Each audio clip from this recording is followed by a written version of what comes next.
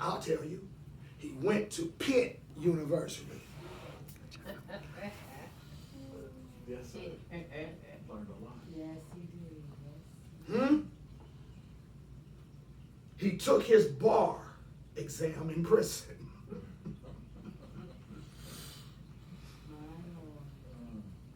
What awards did he get? Lies. Alpha, Phi, Beta, Sigma, lie. He was lied on. You hear what I'm saying? Yes, he was. Do you think his brothers ever thought that he would govern a nation? What training did he have? What degrees can he show? Never discount anybody, because you don't know what the will of God is for their life. And they may be over you one day. They never thought they was going to have to come. He told them. He told one day, I had a dream. I had a dream. This is before Martin Luther King ever had his dream. I had a dream. I had a dream. I had a dream that one day. Y'all ain't gonna hear me.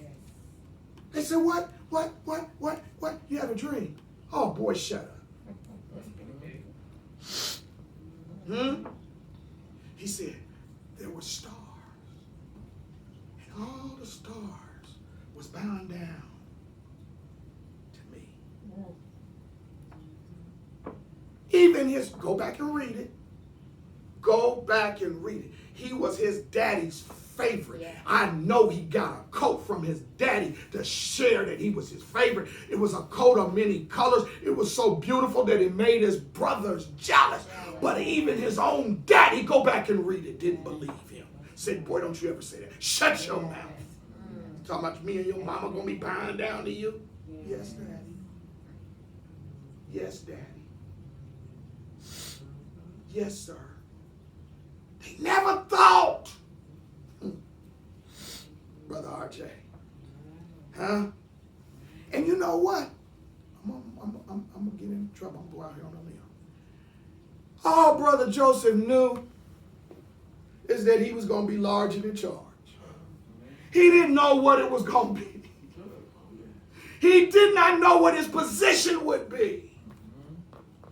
Sometimes, Brother RJ, you gotta get it in your spirit. I was born for the purpose of God. And I don't know, I know where I'm at right now, but I don't know what I'm gonna be, but I know I'm gonna be large and in charge. And you gotta know that. You gotta stand on that. Though your life circumstances and situations does not bear witness or fruit of anything that you're going to be, you got to know it. Yeah. Deacon was saying, today we know that the end is V-I-C-T. O-R-Y. Well, what is the victory?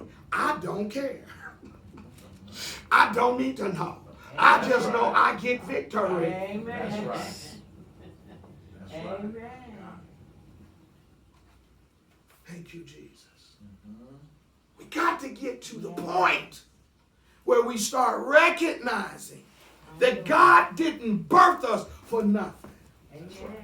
That's right. Amen. Thank you.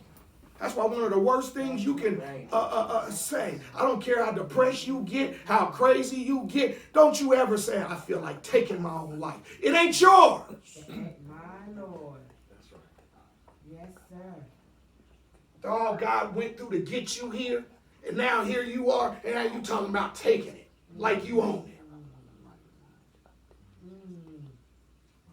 Here he got high hopes for you, high plans for you. And just because of one situation today, you talking about running all. Can you imagine Joseph in the first pit? He was in more than one. He in the first pit, I'm going to kill us. I thought you said I was going to be great. I was going to, my daddy and all of them was going to bow down. My brothers threw me in this pit. They ain't bowing down to me, Lord. You talking about killing yourself. because of one situation. Then he went through another one, and another one, and another one. He always held on that I'm going to be great. V-I-C-T. Yeah. O-R-Y. That's right. See, that's why, and see, God take you through those things because what he's doing is he's trying to work out of you the flesh that's involved and intertwined with his purpose for you to be great. See, you have aspirations to be great too, but it ain't the great that God's talking about being. You talking about being great over your brother. He talking about you being great over a nation. He see you over nations of people. You just see you over your brothers and your daddy. My Lord. He's great and greatly To be my God. I mean, if you just look at it, he's so great and greatly to be praised. He's great and greatly to be praised because I got here. He's great and greatly to be praised because he sustained me here. Yeah. He's great and greatly to be praised because of where he's taken me. Just takes a fool that just can't see that he's great and greatly to be praised. My Lord. Huh? Amen. So when we look at this, it says, and it came to pass that as he was praying in a certain place, when he ceased, Evangelist Walker, when he was done, look at what his disciples said. Lord have mercy. We've been praying and we've been praying and we've been praying, but teach us how to pray like that. Huh? Can you teach us how to pray like that? You know what's awesome is we taught our children how to pray. And we taught them, now lay me down to sleep. I pray the Lord. Yeah, that's what we taught them. If I should die before I wake, I pray the Lord for soul to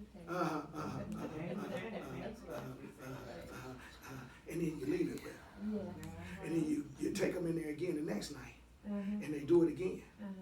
And then you take them into the next night and they do it again. And for long, next thing you start hearing, Deacon, is, God bless mommy, Yeah. daddy. Guess what you do? You smile. You know why? Because you started them out praying and teaching them and learning them how to pray. And when they start involving their own thoughts, God bless mommy, daddy, then they start adding their brothers and their sisters and their aunties. Before you know it, you stand there a long time. Now, let's cut it off here because you're just trying to keep from getting in the bed. Right. Yeah. That's what we said. Just say everybody. Evangelist Walker, that's why you teach your kids Yes, sir. to pray over their food. That's right. They start out with Jesus wept. But next thing you know, they start adding more stuff. Now you'll notice they won't do it around you. They only start doing it when you start getting company. Can I pray? Can I say prayer over food? That's right. You know, little Chase will do it now. You know, because they want attention to let everybody know. I know how to pray. Yes. Oh, yes. And man, they say some stuff too. Amen.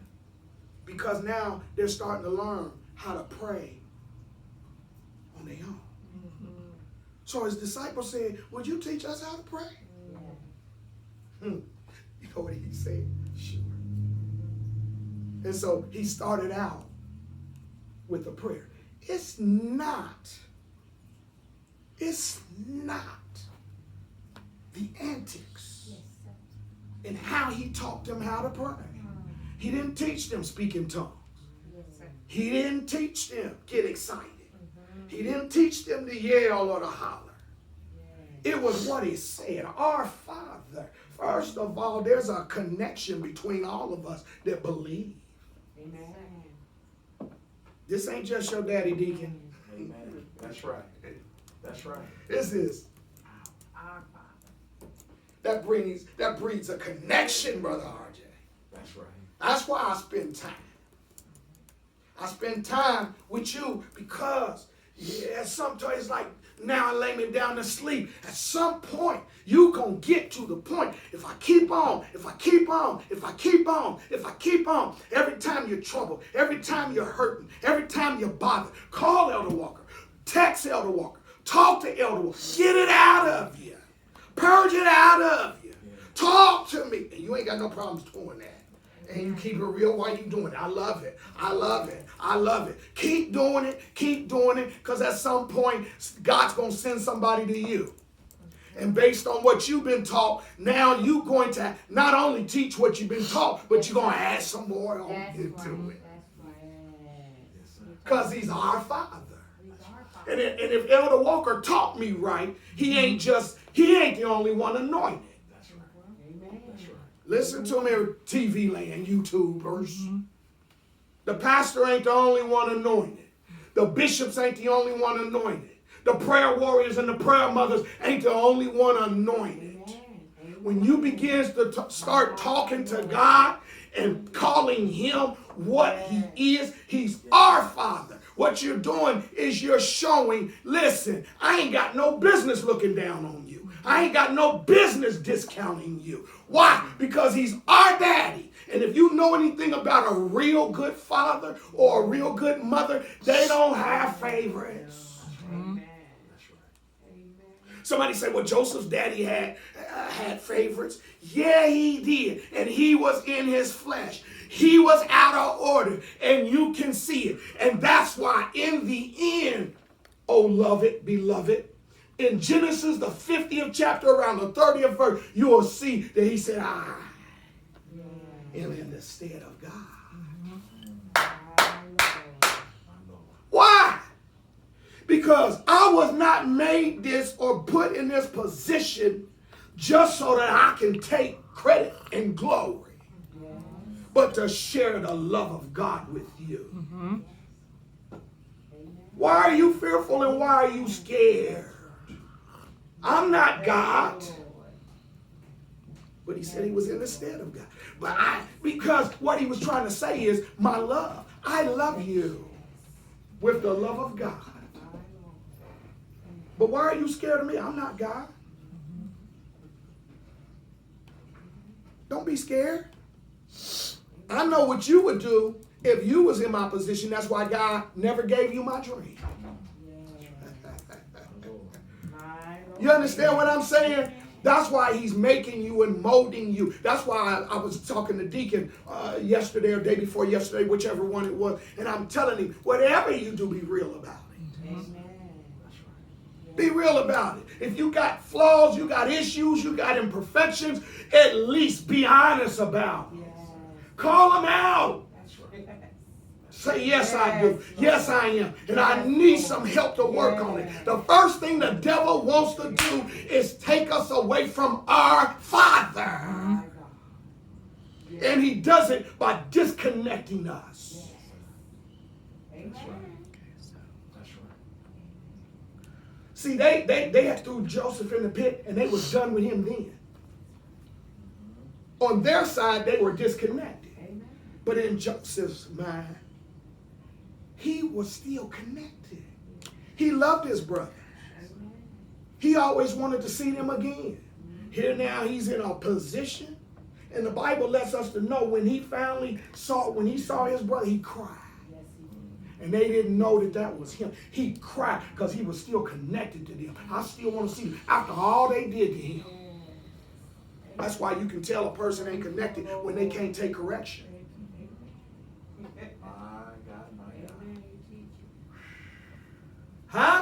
Ever persevering petitions. We into this Lord's Prayer thing, but we going to move on from the Lord's Prayer thing. But you got to recognize and realize that when God taught them to pray, when Jesus taught them to pray, he taught them, our Father, which art what? In heaven. Hallowed. Uplift. There is no other name. They didn't even know his name. Hallowed be thy What he was doing when he was teaching them to pray, he was teaching us to pray. Amen. That's right. Because we Amen. now know his name. That's They right. didn't know his name. They knew titles, but they didn't know his name. Hallowed be thy name. Evangelist Willard just quoted it. What? Huh? He said, hallowed be thy name. Thy. Thy kingdom Kingdom come. Listen, listen, listen, listen, listen. You got to get to the point you understand. I told you, look at kingdom and put an E on it. Yes. It's dealing with kingdom. Yes. I think it's over in Romans, the 5th chapter. It talks about that the battle is in the mind. That's right. Huh? It talks about we worship God in the mind. So before you ever clap your hands, before you ever shout, before you ever do anything in the spirit, you've got to allow the Spirit of God to take over and control of your mind. Yes. Yes. Thank you, Jesus. Yes. That's right. Amen. And then after you allow him to take over your mind, Jesus said it like this: let this, Mine. Be in you. let. Yes. What does that mean? The word let. Oh, wow. You got to allow it. That's right. I told y'all, Jacob and Jesus, Jacob and God wrestling in the, they were wrestling. And some of us is wrestling with the Lord today. Yes, sir. Let this mind. They ain't wrestling on the ground no more like the angel and Jacob, but they're wrestling in their. Yes. God is telling them one thing, and they are telling their mind something else. The enemy is just whispering and putting out suggestions. We don't pay attention to that until we, first of all, whoop God in our mind. That's right. What do you mean, whoop God in your mind? You can't beat God. You can, because he said, let this mind. He allows you. That's right. God ain't going to force you. That's right. He allows you. Let this mind be in you. That was also, Lord have mercy. Let it. Allow it. Amen. I heard the rumor had it. Brother RJ said, you know what? I don't know if that's right or not. I'm telling me just drive straight. If I get in an accident soon, what if I get killed? Amen. Amen. That's right. Who I'ma sue? That's right. I'm dead. That's right. Not to sue. Listen, I don't want you to teach me about sinning. That's right. Get saved, but just in case you sin, My Lord. y'all ain't gonna hear me. Amen. We got enough of that. Amen. We got enough of doing our own thing. I want you to teach me how to refrain from sinning Thank you. Yes. by letting this mind be in. Good God from Zion. See, I can't stop myself from sinning. You can't stop yourself from sinning. But the Holy Ghost, which is the power, once the Holy Ghost will come, ye shall have. Power. Wouldn't it be a shame that if we sitting in here in the dark and we got power, Yes. the bill is paid, the bulbs are new, all we got to do is flick the switch, and we're going to sit in here in the dark. Once the Holy Ghost have come, I ain't got to sit in the dark no more. That's right. My Lord. Amen. That's I got power. Yes. wonders. Yes. And when you get out of trusting in yourself, somebody say, well, I'm still sinning. Yeah, you is. Get out your own self That's right. and let God. You'll start seeing that things, there's some stuff you'll just let go right away. And then there's some stuff that God's got to work on you. That's right. But at least you are allowing him to work on you. Yes. Folk going around talking about, I got saved and I still sinned. Yeah, because you kept whooping, you kept getting up from the wrestling match. My Lord. In fact, some of you got near the ring. You looked in and threw the towel in for your own self. Get in there. Let me tell you something. Those on YouTube as well as the congregants, you gon' fight. Oh yeah. You gon' fight. You can throw the towel in if you want to. The devil ain't limited to that ring. He will jump out that ring and kick you, push you. What you gonna do? You know what you gonna end up doing? You either gonna get on his side and say, stop, leave me alone. Okay, all right, I give up. Or are you gonna say, enough is enough. Amen. Our Father, which art in heaven, devil, hallowed, hallelujah. Yeah. I give you the highest praise. Thank you, Jesus. Hallowed be thy name. The name of the Lord is a strong tower, and the righteous runneth in and are saved.